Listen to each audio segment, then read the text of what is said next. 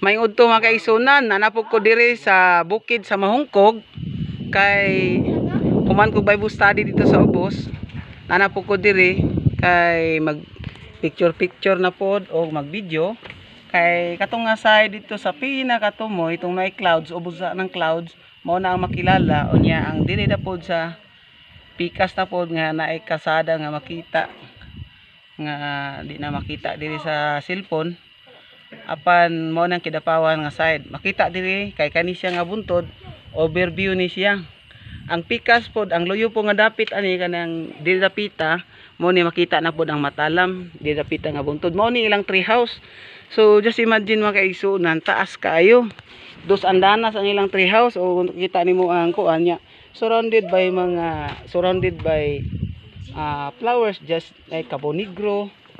So nadiri ang mga wildflower, nadiri ang mga orchids nga wild, nadiri o naapa daw diri ang katong mga karaan nga mga hayop ng mga binaw naapa diri. So mao ni ang pinakataas nga buntod nga hapit nagtupong sa Mount Apo.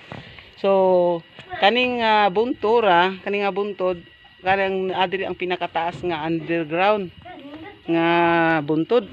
So long distance cave.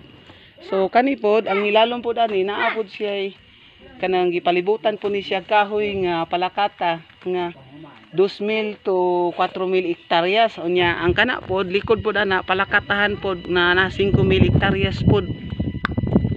Grabe na po na diri ang mga kahoy nga mga very expensive just like agar and katong most expensive nga kahoy nga kanang agar tree. After 30 years mahimo na siyang